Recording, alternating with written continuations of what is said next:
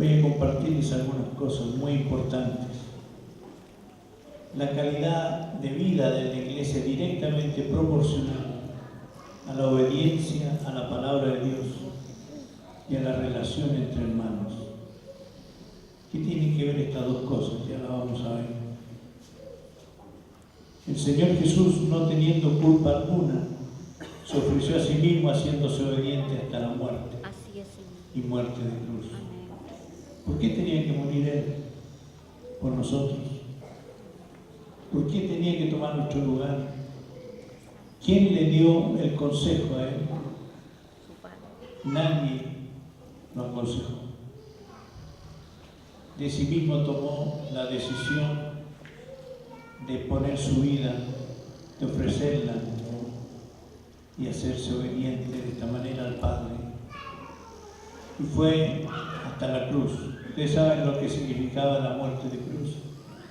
La muerte más terrible, más odiosa, más vergonzosa, porque era para los criminales peores de su tiempo. Otro dato importante: Jesús acabó en la cruz con los pleitos y enemistades en su muerte redentora. Así dice la Escritura, que Él acabó con las enemistades. Había una enemistad entre el pueblo judío y el resto de los pueblos del mundo. Jesús derribó esa pared intermedia de separación para hacer de los dos un solo pueblo. Hoy día no hay judío ni gentil. La palabra gentil se refiere a todos los que no son judíos. No hay judío ni gentil. Hoy día, para Dios, todos los que vienen a través de Cristo vienen a ser constituidos hijos de Dios. Qué privilegio tenemos en este sentido. Qué bueno que Jesús acabó con las enemistades en su muerte. La pregunta es, ¿tú has terminado de arreglar cualquier enemistad aquí en la tierra? ¿Has perdonado? ¿Saben ustedes que este último tiempo el Señor me ha llevado a entender un poco más lo que es el perdón? Hay mucha gente que no es perdonada por el Padre porque no perdona. ¿Recuerdan lo que Jesús enseñó en su oración? Una de las partes dice: Padre, perdona nuestras ofensas, así como nosotros perdonamos a los que nos ofenden. En esa proporción. Ahora me pregunto cuántos realmente están siendo perdonados. Les voy a contar una experiencia personal. En la década del 70 yo pasé muchas dificultades, muchas luchas a causa de la visión que el Señor nos estaba dando. Muchos se levantaron en contra de mí y durante esa década casi no escuché decir nada positivo de mi persona. Y un día estaba muy abatido. El Señor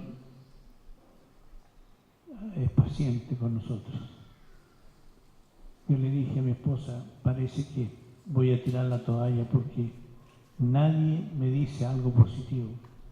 Pareciera que soy el malo de la película. Y estaba muy abatido y mi esposa me dice, si estás sufriendo más de lo que sufrió Jesús, déjalo todo. Con eso me mató. Mató lo que tenía que morir. Pero hay algo más en esto. Muchos me ofendieron muy seriamente, levantando blasfemia. Y un día el Señor, estando yo en cama por una gripe muy fuerte, parece que el Señor es muy sabio, ¿no? Cuando uno está quietito, tranquilito, entonces comienza a ir a fondo. me pregunta si yo había perdonado a aquellos que me habían ofendido. Y yo muy suelto de cuerpo le digo, sí, Señor. Y él me dice, ¿por qué se le pone la carne de gallina cada vez que lo ves? El Señor se las trae, ¿no? Va a fondo. De ahí me di cuenta que no había perdonado de todo corazón a los que me ofendieron. Y leí la historia de un pastor muy conocido en el mundo de la década del 60, David Duplessis, que fue un hombre muy usado por Dios. Él iba viajando en un avión y se sentó al lado de dos mujeres que empezaron a fumar. En aquel tiempo se fumaban en los aviones. Y empezó a regañar y a tener una actitud incorrecta. Empezó a decir, podían quemarse las siembras de tabaco, no me gusta el olor al cigarro. Empezó de toda forma a maldecir. Y Dios le dice, ¿qué estás haciendo, David? Estás maldiciendo. Perdona a estas mujeres y duérmete. Sí que oró, perdonó a las mujeres, no de buena gana, pero cuando despertó ya no fumaron más. Entonces le preguntó, ¿qué pasó? Y Dios le trajo a la memoria ese pasaje del rey que perdonó a uno que le debía muchísimo, ¿se acuerdan? Era más o menos 1.200 millones de pesos nuestros que debía. No era poco, ¿no? El rey lo perdonó, pero salió a la presencia del rey y fue donde uno que le debía una miseria, supongamos 1.000.000 de pesos, en relación a lo que él debía. Lo apretó, hasta que lo metió en la cárcel al pobre hombre y su familia. Cuando el rey supo, lo mandó a llamar y le dice, ¿no te perdoné yo una deuda que no me podías pagar? Y tú no fuiste capaz de perdonar una miseria, por tanto ahora te vas a ir a la cárcel, tú y tu familia, hasta que me pagues el último peso. Así hará, dijo Jesús, mi Padre, con todos aquellos que no perdonen a su prójimo sus ofensas. Ay, Señor, es serio, ¿no? Y este hermano dice, pero por favor, Señor, ¿cuánto tiempo ha pasado que yo no he sido perdonado por mi Padre? Él iba a una conferencia y tenía que predicar. Cuando llegó lo anunciaron para predicar y el Señor estaba tocando su corazón tan fuerte que dijo, yo no puedo predicar sin antes decir lo que tengo que decir. Aquí en la plataforma hay hombres de Dios a los cuales yo no he perdonado. Y no puedo predicar sin antes pedir perdón y decirles que los perdono de todo corazón en el nombre de Jesús. No fue necesario predicar. Se derramó el Espíritu Santo de tal manera que llenó todo el lugar. ¿Saben lo que sucede? Que cuando no perdonamos, metemos a la persona en la cárcel. Y nosotros quedamos también amarrados, encarcelados. De tal manera que el perdón es una vía que nos abre camino al Padre. Si no perdonamos a los que nos ofenden, tampoco vuestro Padre os perdonará, dijo Jesús. Antes de continuar ministrando esta palabra, le pregunto, ¿hay alguien que te ha ofendido y no has perdonado? Si eso es así, vamos a hacer una oración ahora. Y tú puedes perdonar de todo corazón, pero de verdad. Y vas a ver lo que va a acontecer. No solo tú vas a recibir paz, sino que la otra persona va a recibir la libertad también. Así que les invito a tener un momento de oración y hazlo con nombre y apellido. Aquellos que te ofendieron, sea uno, dos o tres. Si no has perdonado a tu padre, a tu madre, a tus hijos, cualquiera sea la persona, muy importante en este momento, dijo Jesús, lo que atemos en la tierra será atado en el cielo, y lo que desatemos en la tierra será desatado. Algo va a ocurrir aquí, un estruendo tremendo de libertad. Así que vamos a orar. Ora conmigo inicialmente esta oración y después continúa tú. Padre, en el nombre de Jesús, te doy gracias por el perdón de mis pecados. Pero en esta hora, yo quiero también, así como tú me perdonaste, perdonar de todo corazón a los que me han ofendido. Ahora continúa tú mencionándole al Señor los nombres de las personas y perdonándolas de todo corazón.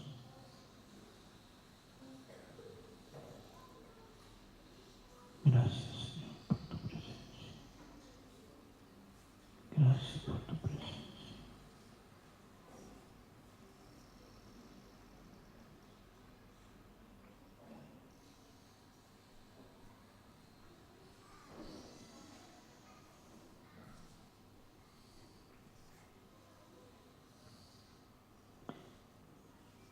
Amén. El Señor me dice que algunas personas van a ser sanadas interiormente. Hoy están siendo sanadas a través del perdón. Bendito sea tu nombre, Jesús. Padre, tú has oído la oración de mis hermanos y hermanas. En este momento atamos en el nombre de Jesús todo espíritu no perdonador, todo espíritu de resentimiento, de amargura, de tristeza, de odio, de enemistad. En el nombre de Jesús, toma autoridad para expulsar de este lugar todo tipo de espíritu maligno que ha procurado mantener las vidas apresadas, hundidas, muchas veces en depresión.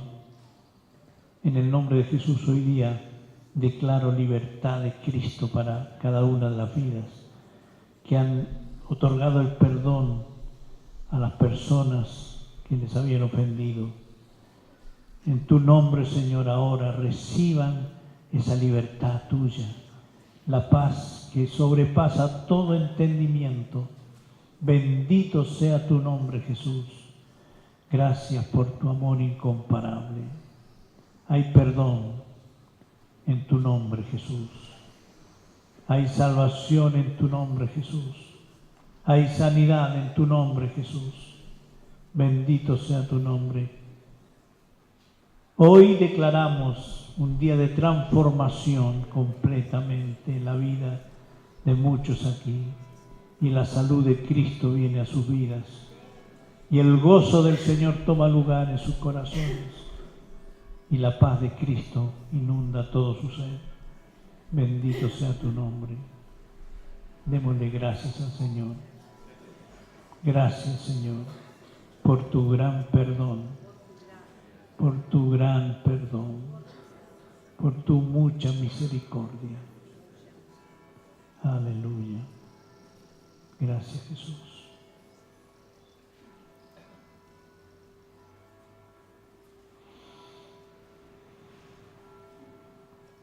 ¿Hay alguno que se siente aliviado? Esto es un acto espiritual, no es emocional, pero es real. Hoy el Señor nos está impulsando hacia afuera,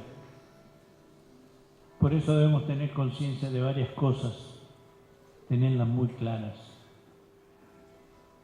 La primera cosa es un compromiso radical con el Señor. ¿Qué significa esto? Esto significa que un cristiano comprometido radicalmente con el Señor no titubea, no es ambiguo. No hay cosa peor para un cristiano ser indefinido. Hay que recordar las palabras de Jesús diciendo: ustedes son la sal de la tierra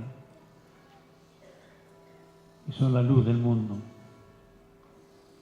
Lo cual significa una real influencia en el entorno que nos rodea. Influencia es algo objetivo que tiene que ver con la sal. Ustedes saben cómo actúa la sal.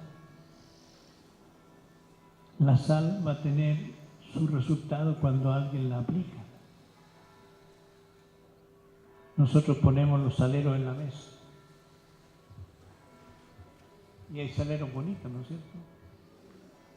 Mononitos, bien pintaditos. Pero si no le sale la sal, ¿de qué sirve? Hoy día hay saleros bautistas, metodistas, pentecostales, renovación. Pero están ahí, en la mesa. Si no se mueven, no sale la sal. Y a veces la sal se humedece y no quiere salir. Parece que hay mucha sal humedecida. Y el Señor está queriendo agarrar los saleros. Y este es un salero. ¿Sabes lo que va a hacer el Señor en los próximos días? Va a empezar a mover el salero. Y Él quiere que salga la sal, porque Antofagasta lo necesita.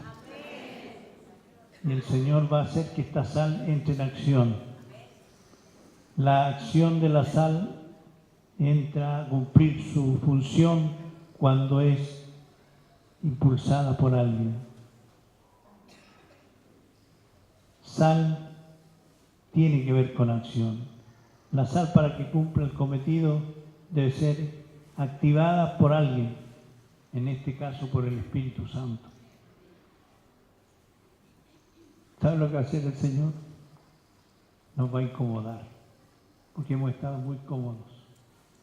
Yo he dicho en todas partes donde he ministrado la palabra en este último tiempo, en las comunidades cristianas, he dicho: nosotros cambiamos el nombre de comunidad cristiana por comodidad cristiana. Tenemos que recuperar el origen de esto. Tenemos que volver a ser comunidad cristiana, porque esto tiene que invadir al mundo. Amén. Fíjense ustedes que tenemos grandes ejemplos en la Escritura. Jesús vino a este mundo y Él no tenía ningún deseo de comodidad. Nació en un pesebre. Ya con eso nos mostró que era reticente a la comodidad. Después un día alguien le dice: te seguiré, maestro. Y él dice: las aves del cielo tienen nidos, las zorras del campo tienen sus cuevas, pero el Hijo del Hombre no tiene dónde recostar su cabeza. ¿Me quieres seguir? No te ofrezco una limusina ni un hotel 5 estrellas. La realidad es esta. Jesús tenía un estilo muy propio. Él empezó a evangelizar en la playa. ¿Ustedes van a la playa? ¿Han ganado a alguien en la playa? Jesús fue a la playa, iba caminando y de repente se encontró con dos pescadores, Pedro y Andrés. Y los queda mirando y les dice: vengan en pos de mí, que yo los haré pescadores de hombres. Una persona que está acostumbrada a su trabajo y que no sabe otra cosa. Ellos eran pescadores. Y si alguien le dice, te haré pescadores de hombres, ¿qué creen ustedes que pasó por su cabeza? Un hombre metido en una red, o con un anzuelo en la boca, vaya a saber lo que pensaron. Pero no tenían otra cosa que pensar. Siguió caminando y encontró a otros dos, que también eran pescadores. Les dijo, síganme. Y lo siguieron. Si hubiéramos entrevistado a esos cuatro y le hubiéramos preguntado, ¿por qué ustedes siguen a Jesús?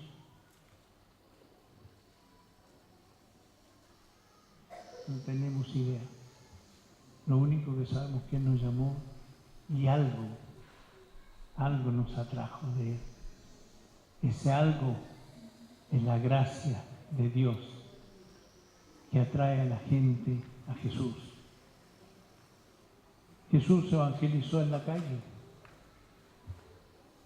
Iba caminando por la calle, allí en Jericó, había un hombre rico que era uno de los más ricos de Jericó, era cobrador de impuestos, un sinvergüenza, como todos los llamaban a los publicanos. Y él era bajito, como no podía alcanzar a ver en medio de la multitud, se subió arriba de un árbol. Y allí estaba. Y Jesús pasó y dice, este hombre pensó, voy a ver a Jesús y nadie me va a ver a mí. Pero Jesús se paró debajo del árbol donde él estaba. Y cuando uno mira para arriba en la calle, todos miran para arriba, ¿no? El pobre Zaqueo estaba ahí. Qué vergüenza, el hombre rico de la ciudad. Pero aquí viene el efecto de la vida de Cristo. Lo miró y le dice, Zaqueo, bájate, apresúrate, que hoy voy a entrar en tu casa. Hay varias cosas que podemos sacar de ese pasaje. Primero, Jesús no le pidió una audiencia. Simplemente le dijo, hoy voy a entrar en tu casa. El Señor a alguien le está diciendo aquí, hoy voy a entrar a tu vida. Y no te resistas. Pero en aquel momento uno podría pensar, Zaqueo, un hombre rico, que alguien le dé una orden. Podría él cuestionar lo que Jesús le dijo. ¿Quién es este que me viene a dar orden? Y todavía quiere entrar en mi casa sin que yo le diga, sin que me invite. Pero ese hombre se bajó calladito, casi como sonámbulo, se fue a la casa. Llegó a la casa, le dice a la esposa, prepara la mesa que viene visita. ¿Quién viene? Jesús. Tú lo invitaste, ¿no? ¿Quién manda aquí? Hasta hoy mandaba yo. Ahora manda él. Jesús llegó y se sentó a la mesa. Jesús no era tan religioso como nosotros. No pidió una Biblia ni un púlpito. Se sentó a la mesa. ¿Y qué hace uno cuando se sienta a la mesa? A comer.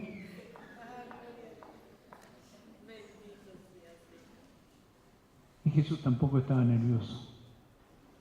Aprendamos esto de Jesús. Nunca estaba nervioso. Nosotros de repente cuando estamos ante una situación así, nos ponemos nerviosos. ¿Qué voy a decir? No, Jesús estaba tranquilo. El que estaba nervioso era Zaqueo. Se paseaba. De repente dice, maestro, dime, Zaqueo, la mitad de mis bienes doy a los pobres. Si algo defraudé a alguno, le voy a devolver 4 veces. Jesús no le dijo, levanta la mano, ven adelante. Simplemente dijo, señores, hoy ha llegado la salvación a esta casa. Qué diferente, ¿no?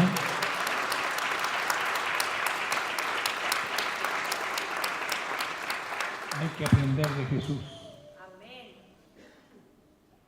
Él iba a las partes más increíbles. Se fue a meter allí donde estaban los cobradores de impuestos, al antro de los sinvergüenzas, de los despreciados, de los no queridos. Y allí se fue a meter Jesús. Se paró frente a uno que se llamaba Leví, le dijo, sígueme. Y dice que dejándolo todo, le siguió. Si hubiera llegado el jefe de Leví en ese rato y le hubiera preguntado, ¿a dónde vas? Voy a seguir a Jesús. ¿Y por qué? No tengo idea. Pero Él me llamó y yo lo sigo. Les pregunto a ustedes, cuando se entregaron a Jesús, ¿sabían muchas cosas? No sabíamos nada. Seguíamos, nos entregamos a Jesús, pero no sabíamos el próximo paso. Así sucede. Cuando un bebé nace, ¿sabe caminar? No sabe nada. Sabe comer nomás. Y llora cuando tiene hambre y cuando está sucio. Así es la iglesia también. Los que empiezan no saben muchas cosas. Y los que saben tienen que dar ejemplo. Amén. Por eso en nuestra vida tenemos que tener convicciones claras, porque nuestra vida afecta a otros. La gente que viene llegando tiene que vernos maduros, no más duros, sino maduros, para seguir el ejemplo. Porque en una familia ustedes se dan cuenta cuando hay hijos de diferentes edades, los mayores tienen responsabilidad sobre los menores, porque los menores van a recibir el impacto del ejemplo de los mayores. Y en nuestro caso tenemos 3 hijos. La menor se crió con gente más grande y resultó ser que maduró más temprano que los mayores. Entonces andaba corrigiendo a los mayores. Y decían, esta cabra chica que se mete en todo. Pero tenía razón, porque ella maduró, viendo el ejemplo bueno de sus hermanos, y cuando había malos ejemplos, ella estaba lista para decirle, ustedes están mal. En la iglesia es así también. Hay los hermanos menores y los hermanos mayores, y tenemos que estar listos para dar ejemplo a los que vienen llegando. Tenemos un mundo tan perdido, tan lejos de Dios, una sociedad corrupta que cada vez va más lejos de Dios. Y nosotros tenemos que pensar, hermanos, frente a eso tenemos una tremenda responsabilidad. Para enfrentar ese mundo tenemos que estar comprometidos con el Señor y también con el cuerpo de Cristo.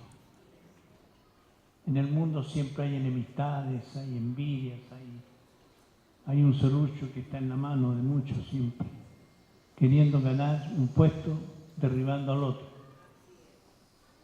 Porque así es el mundo. Pero nosotros en el cuerpo de Cristo tenemos que retroalimentarnos, animarnos, ayudarnos, orar unos por otros, preocuparnos cuando un hermano está con debilidad, preocuparnos cuando alguien está enfermo, cuando alguien se quiere alejar, cuando alguien le entró el bichito de la mentira aquí, que nadie me ama, que nadie se fija en mí. Tenemos que evitar que eso pase en la iglesia. Y si alguien se aleja, vamos a buscarlo. Hemos estado demasiado ocupados entre nosotros y hemos descuidado la oveja número 100. Esa oveja número 100 que se va, se pierde, desaparece y nadie se da cuenta o nadie quiere darse cuenta. Tenemos que cambiar nuestra vida, nuestra mentalidad, porque el Señor tiene preocupación por esa oveja que se está perdiendo. Y nosotros tenemos la responsabilidad de salir a buscarla, donde quiera que esté. Amén. Yo sé que aquí hay muchos que no están. ¿Dónde están? Dando vueltas en el desierto. ¿Y cuál debe ser nuestra actitud? Buscarle con amor, no criticarle. Tampoco es bueno cuando alguien llega, aparece después de un tiempo, así apareció el cometa. hay que recibirlo con amor. No sabemos qué experiencia ha tenido, viene con dolor, viene con heridas, no sabemos cómo. Y hay que recibirlo con amor.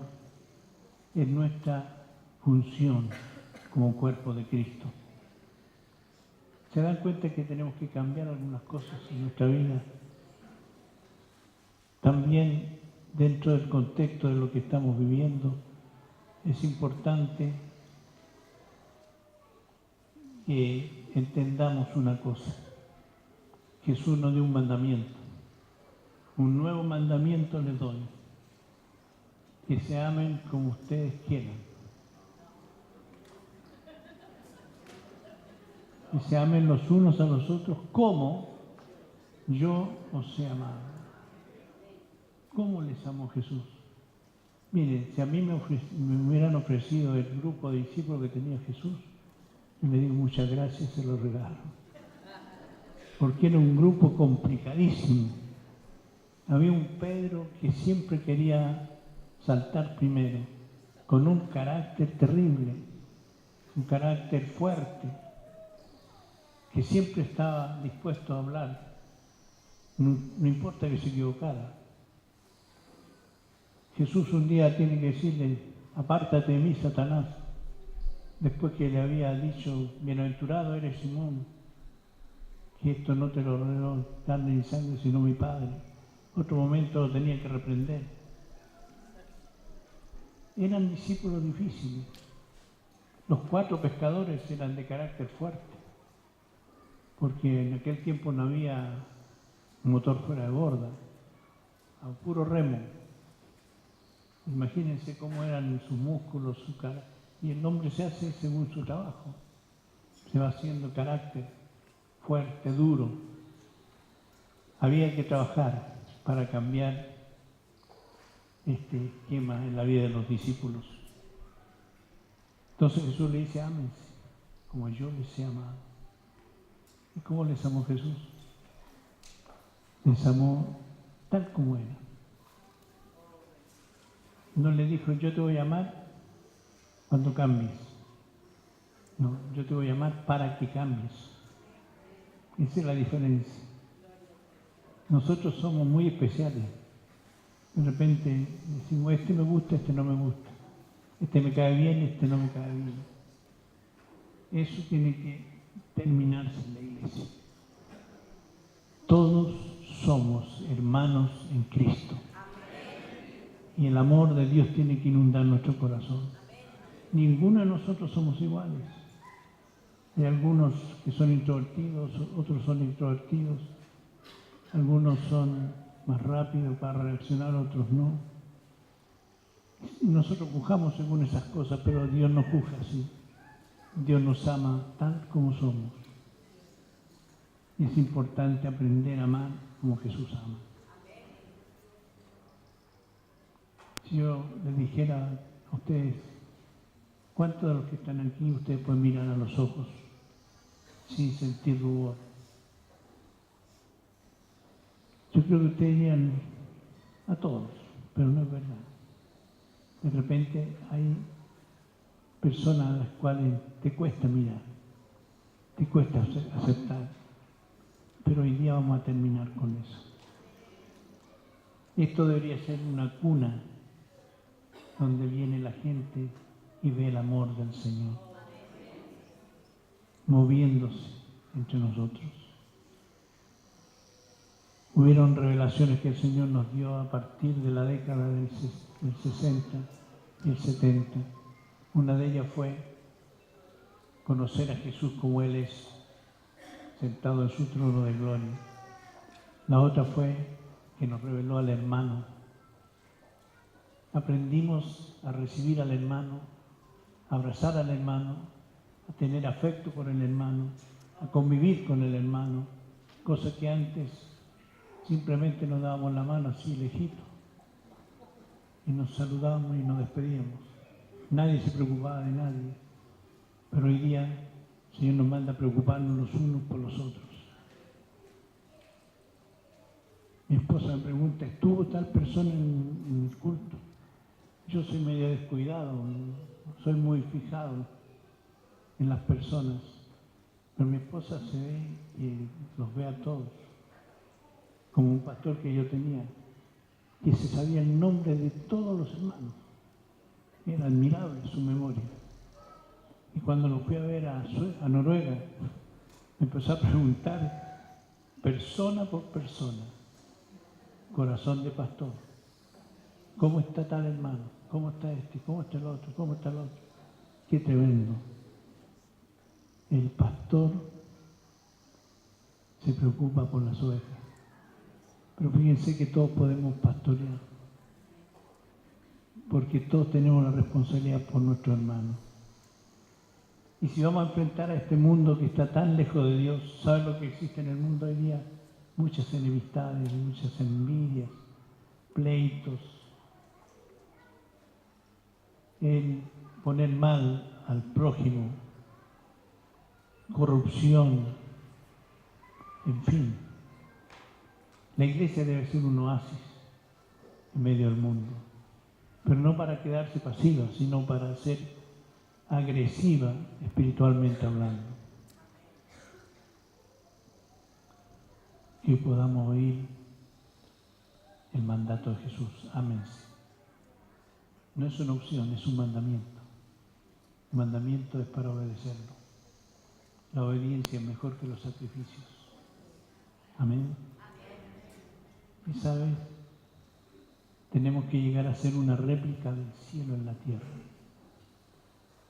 Cuando Jesús oró, le enseñó a orar a los discípulos, dice,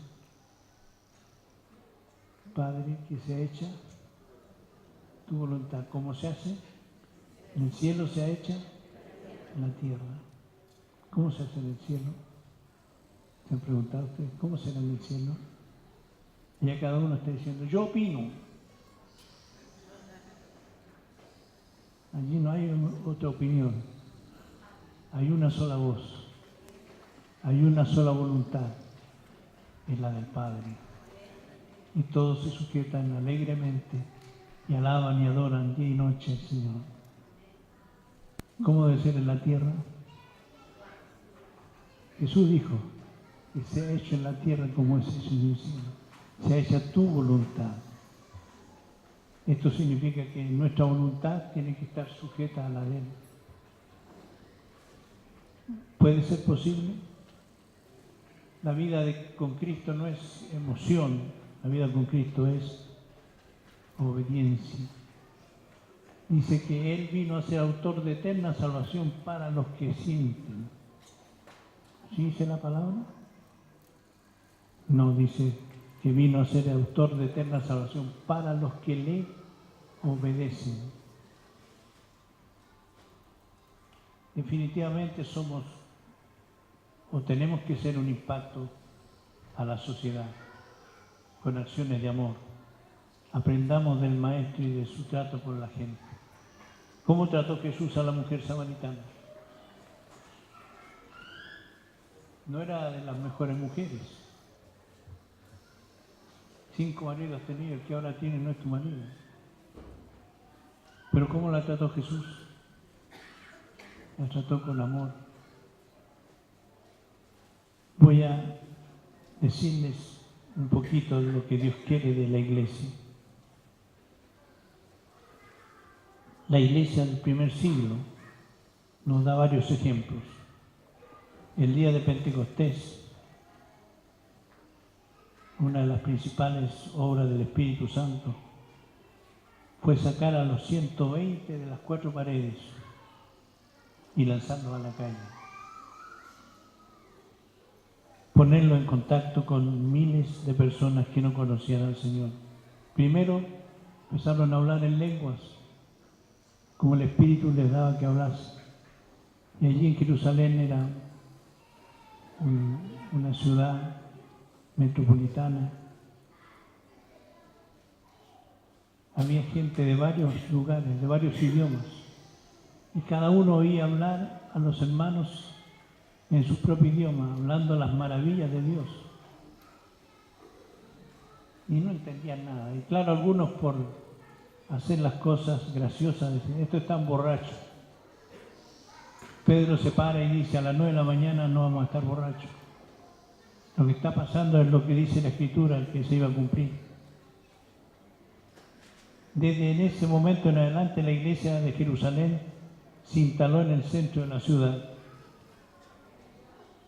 No tenía un domicilio ni legal ni real.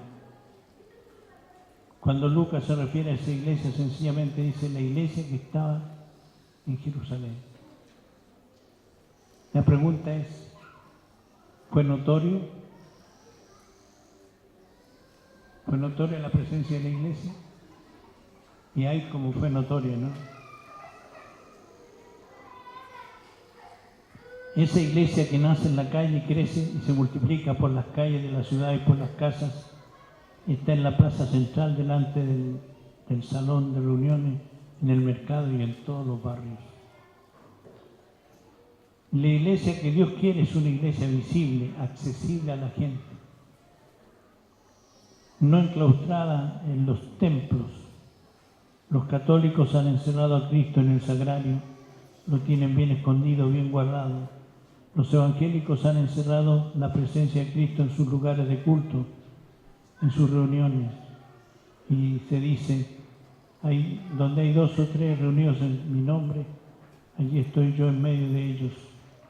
Generalmente se cita esta declaración de Jesús cuando estamos dentro de un salón de reuniones, pero Jesús no limitó su presencia a esos lugares. ¿Dónde fueron bautizados los 3.000 que se convirtieron el día de Pentecostés? ¿Dentro de un salón? ¿En un lugar público?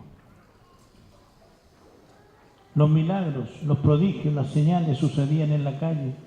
El paralítico fue sanado por Pedro y Juan en la puerta del templo de Jerusalén a las 3 de la tarde.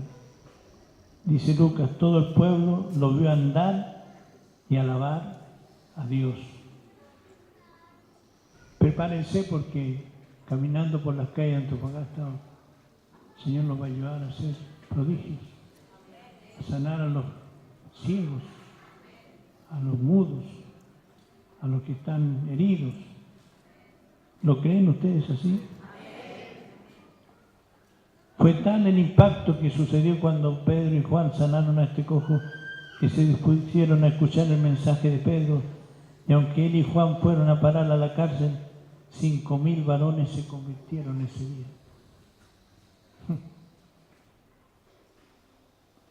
Y Pedro y Juan no programaron nada, simplemente salieron a la hora de la oración. No dijo Pedro o Juan, hagamos un milagrito hoy día. No, simplemente fueron a orar. Las señales son para los incrédulos, no para los creyentes. La iglesia que Dios quiere es la que se mueven los dones del Espíritu, pero principalmente en la calle, en medio de la gente. Es allí donde están los endemoniados, los enfermos, los prodigiosos. Y milagros sucedían generalmente en la calle, no en el templo. La iglesia que Dios quiere es la iglesia que está donde Dios quiere estar. ¿Dónde quiere estar Dios? ¿Sabe dónde quiere estar? Cerca de la gente, cerca de los pecadores, de los extraviados, de los que sufren, cerca del dolor, de la necesidad, de la enfermedad. Es la iglesia que está cerca de la gente, que se arriesga, que responde a las preguntas difíciles, que no se calla, que proclama y exalta a Cristo, que predica su crucifixión, que anuncia su resurrección, que presenta a la gente a un Cristo vivo, que proclama su señorío. Es la iglesia que denuncia el pecado, que llama a los pecadores al arrepentimiento, al bautismo para perdón de los pecados. La iglesia que Dios quiere es la iglesia que discipula a los bautizados, que persevera en la doctrina de los apóstoles, en las oraciones, en la comunión unos con otros, en el partimiento del pan. No lo hace en un contexto religioso, sino fraternal, sencillo, por las casas. No lo hace en la solemnidad y seriedad de un acto litúrgico, de una religiosidad formal, sino comiendo juntos con alegría y sencillez de corazón. Es una iglesia sin iglesia, según el concepto del mundo. No se reunían en lugares sagrados o consagrados, sino por las casas, en la plaza principal. Cuando dicen el templo, no significa que estaban dentro del templo, sino fuera, a la entrada del templo, en el patio de los gentiles, allí donde se concentraba la gente al aire libre. La iglesia que Dios quiere es la iglesia que no tiene miedo, no está escondida, tiene valor, coraje, denuedo para anunciar el Evangelio ante quien sea. No acomoda su mensaje para agradar y no escandalizar al mundo. Sabe bien que predicar en Jerusalén que Jesús de Nazaret es el Mesías significa poner en riesgo la vida. Pero nada le importa. Los discípulos están dispuestos a ser encarcelados, azotados y aún a morir, pero decididos a seguir anunciando que Jesucristo es el Señor. No tiene miedo de los gobernantes. No les importa ser llevado a la cárcel y comparecer ante los gobernantes y líderes religiosos. Al contrario, ante la pregunta de las autoridades tras el milagro de la sanidad de un hombre cojo en ambas piernas, le preguntan a los discípulos: ¿con qué potestad o en qué nombre han hecho ustedes esto? Pedro, lleno del Espíritu Santo, responde: sea notorio a todos ustedes y a todo el pueblo de Israel que en el nombre de Jesús de Nazaret, a quien ustedes crucificaron y a quien Dios resucitó a los muertos, por él este hombre está ante ustedes sano. Y ante la intimidación de los gobernantes acerca de que de ninguna manera hablasen ni enseñasen más en el nombre de Jesús, Pedro y Juan le responden: juzguen ustedes si es justo delante de Dios obedecer a ustedes antes que a Dios, porque no podemos dejar de decir lo que hemos visto y oído. Y otro Pedro, no es el Pedro que negó a Jesús. Ahora está dispuesto a morir si es necesario por Cristo. En una segunda ocasión, Pedro y Juan son puestos en la cárcel pública por el sumo sacerdote y los saduceos. Pero de noche un ángel del Señor abre las puertas de la cárcel y sacándole les dice: vayan y puestos en pie en el templo, anuncien al pueblo todas las palabras de esta vida. Qué tremendo tiene que haber sido eso, ¿no? Lo pusieron en la cárcel, el ángel los saca, están nuevamente en el templo predicando y los guardias. Y los que los pusieron dicen: ¿y no los pusimos en la cárcel a estos? ¿Y por dónde salieron? ¿Cómo lo hicieron? No se preocupen que esto va a volver a repetirse. Dios respalda lo que la iglesia hace. Bendito sea el Señor.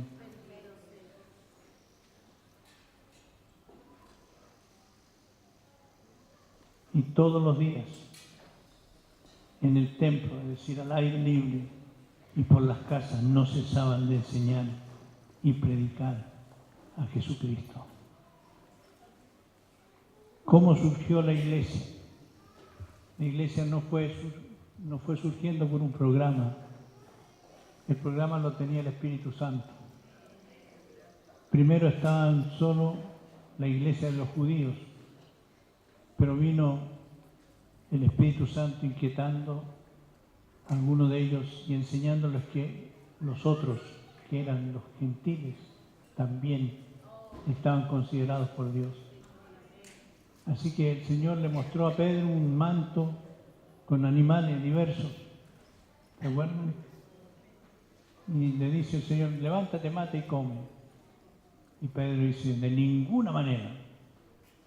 Esto es muy raro, ¿no?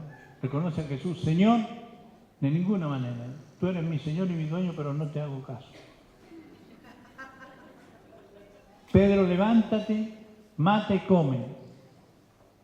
Yo nunca he comido cosa inmunda y ahora no lo voy a hacer. No llames inmundo lo que yo he limpiado. Así que estaba en esta visión cuando llegan a buscarlo para ir a la casa de Cornelio. Y llega a la casa de Cornelio todavía con un poco de duda porque la tradición era muy fuerte. Lo primero que le dice Cornelio: no saben cuán difícil es para un judío entrar en la casa de un gentil. Eso fue el saludito. No era muy agradable, ¿no? Pero Cornelio estaba tan lleno del Señor, que no le tomó en cuenta. Lo recibió, pasó adelante. Y la sorpresa para Pedro fue que no había solo la familia de Cornelio, habían parientes, amigos, un tremendo grupo, un hombre que ya estaba evangelizando sin tener mucha claridad. Y Pedro comienza a hablar y de repente fueron llenos del Espíritu Santo. Y dice, bueno, ¿qué impide que sean bautizados? Siguió adelante. Cuando vuelve a Jerusalén, nadie quería estar cerca de Pedro. Estuviste con los gentiles. No me toques. No me toques. Y Pedro dice, un momentito. Yo no fui por mi cuenta. El que mandó a hacer esto fue el Señor. Si ellos recibieron el Espíritu Santo, ¿quiénes somos nosotros para poner atajo a esto? El Señor va a hacer muchas cosas sorpresivas en este tiempo. Nos vamos a llevar muchas sorpresas. Pero hay que terminar con la religiosidad, hermano. Tenemos que salir afuera predicando el Evangelio del Reino, no teniendo temor de nadie ni de nada, porque tenemos el poder de Dios en nosotros. Recibiréis poder y me seréis testigos en Jerusalén, en Judea, Samaria y hasta lo último de la tierra. Se acabaron los temores, la vergüenza. ¿Cómo vamos a tener vergüenza de predicar a un Cristo tan maravilloso, tan glorioso? Cuando empezábamos en la década del 70 en Concepción, en la Universidad de Concepción se levantaron los grupos de izquierda revolucionarios. Cualquiera se paraba y decía un discurso con puras cabezas de pescado de repente, puras cosas que eran para instigar a la violencia. Le digo a los muchachos que tenía en ese momento, ustedes que están en la universidad, ¿acaso no son capaces de pararse y proclamar a Cristo cuando tenemos la verdad de Dios, la única gran verdad?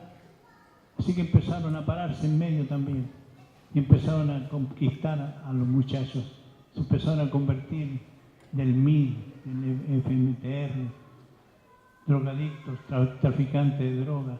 Mire, para el Señor no hay nada imposible. La gente más difícil es la especialidad de Él. Así que si hay alguien difícil por ahí, déjalo al Señor. Él va a hacer lo que tiene que hacer si tú te pones a orar por esa persona.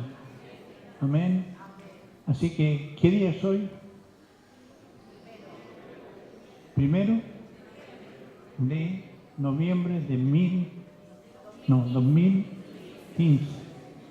Anoten esta fecha. A partir de hoy, esta congregación cambia. No hay más pasividad. El reino de Dios tiene que hacerse notorio en esta ciudad. No estamos para llenar salones, estamos para llenar la ciudad de Cristo.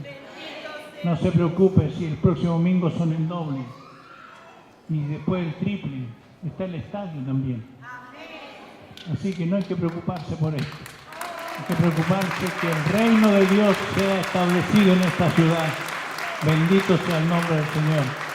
La iglesia que Dios quiere es una iglesia que se mueve en el Espíritu, que no tiene temor de nada. Así que, hermanos queridos, profetizamos en esta hora que las cosas van a cambiar definitivamente. Y tú y yo vamos a ser protagonistas de la historia. Los hechos siguen escribiendo. Los hechos de los apóstoles, los hechos de la iglesia. Vamos a ir al capítulo 29 y 30, y 31 y 32 de los hechos, escribiéndolos con el poder de Dios. Amén. La pregunta es, ¿cuántos están dispuestos a proclamar a Cristo? Y les voy a dar un desafío, como lo hice hace tiempo en Concepción. No me traigan más gente sin convertirse a los cultos. Traigan la gente convertida. Amén. ¿Dónde la van a llevar para compartirla? A su casa. La casa es el mejor lugar para evangelizar. Abre tu casa para orar primero. Luego para traer a gente, a tus vecinos, a tus parientes, a tus colegas, llévalos a tu casa, comparte un café con ellos y comparte a Cristo. Y vas a ver los resultados que vamos a tener. Cuando vuelva otra vez a Antofagasta, este lugar ya no les va a servir. Si lo que estoy diciendo, ustedes lo toman a pecho, lo toman seriamente.